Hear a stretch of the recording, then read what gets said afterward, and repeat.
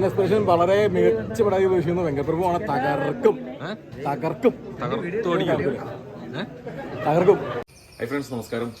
The God film നമ്മൾ കാണാൻ രാവിലെ ആദ്യത്തെ ഷോയ്ക്ക് തന്നെ പോയായിരുന്നു കേട്ടോ. ഫാൻ ഷോയ്ക്ക് തന്നെയാണ് പോയത്. മൊത്തത്തിലൊരു റിവ്യൂസ് കഴിഞ്ഞ് ഭയങ്കര മോശം അഭിപ്രായമായിരുന്നു. പക്ഷേ വിജയ് ഫാൻസിന് ഒരു പ്രതീക്ഷ നിൽക്കുന്ന ഒരു അടിപൊളി ഫിലിം തന്നെയാണെന്ന് എനിക്ക് അറിയാൻ പറഞ്ഞത്. കാരണം നമ്മുടെ വിജയുടെ സെക്കൻഡ് ലാസ്റ്റ് ഫിലിം കൂടിയാണെന്ന് അറിയാൻ കഴിഞ്ഞത്. പക്ഷേ അത് ആ ഒരു പെർഫോമൻസ്, നമ്മുടെ വെങ്കട് പ്രഭുവിൻ്റെ ആ ഒരു ചിത്രീകരണം അടിപൊളി ഫിലിം തന്നെ പറയാം.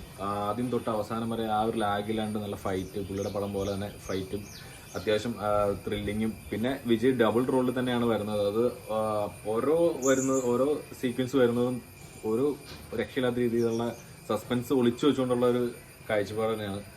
ഫൈറ്റിങ്, അടിപൊളി ഫൈറ്റും കാര്യങ്ങളൊക്കെയാണ്. അപ്പോൾ നിങ്ങൾ ഇതുവരെയും കണ്ടിട്ടില്ലെങ്കിൽ നിങ്ങൾക്ക് റിവ്യൂസ് നോക്കിയിരിക്കണ്ട, നേരെ വിട്ടോ. ബുക്ക് ചെയ്തിട്ടില്ലെങ്കിൽ ടിക്കറ്റ് ബുക്ക് ചെയ്തോട്ടോ. നമ്മുടെ ചാനൽ ആദ്യമായിട്ടൊക്കെ ആണെങ്കിൽ ഒന്ന് സബ്സ്ക്രൈബ് ചെയ്യാൻ മറക്കരുത്. അപ്പോൾ അതിൻ്റെ റിവ്യൂസ് ഒന്ന് കണ്ടുപോകുക. ഓക്കെ,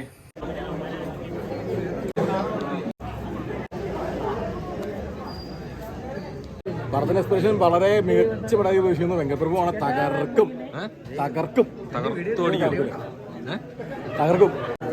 നല്ല പടമായിരിക്കും പ്രതീക്ഷിക്കുന്നു. നല്ലതായിരിക്കും. എല്ലാവരും പടത്തിന് വേണ്ടി വെയിറ്റിംഗ് ആണ്. അപ്പോൾ 4 മണിക്ക് തന്നെ ആൾക്കാർ ഉള്ളിലേക്ക് കടത്തി വിട്ടു കേട്ടോ. നമ്മൾ തൊടുപുഴയിലെ ആശീർവാദിലാട്ടോ പോയത്. അപ്പോൾ ഇതൊക്കെ കാണാൻ വന്നിരിക്കുന്ന ആൾക്കാരാട്ടോ. കുറേ ആൾക്കാരൊക്കെ തലേദിവസം തന്നെ വന്നിവിടെ നിൽക്കുമായിരുന്നാണ് പറഞ്ഞേട്ടോ. ഇവിടെ ഷോ തുടങ്ങാൻ പോവാണ്.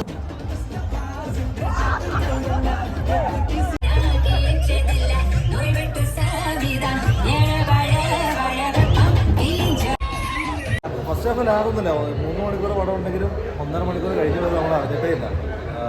ഫൈറ്റ് ആണേലും ആക്ഷൻ ആണേലും അടിപൊളി.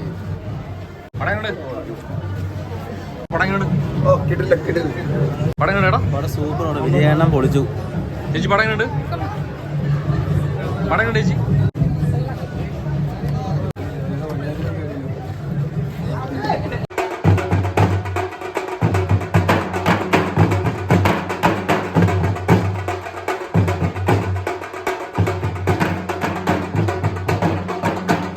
അടിപൊളി ഷോയാണ്. അപ്പോൾ നിങ്ങൾ ഒരിക്കലും മിസ് ചെയ്യരുത്. നേരെ ഒന്ന് കണ്ടോളൂ. നമ്മൾ തൊടുപുഴ ആശീർവാദത്തിലാണ് കണ്ടത്. അപ്പോൾ എല്ലാവർക്കും ഒരേ അഭിപ്രായം തന്നെയാണ്. ഓക്കെ, അപ്പോൾ നിങ്ങൾ ഒരിക്കലും മിസ് ചെയ്യാണ്ട് നേരെ ഒന്ന് കണ്ടു നോക്കിയോ.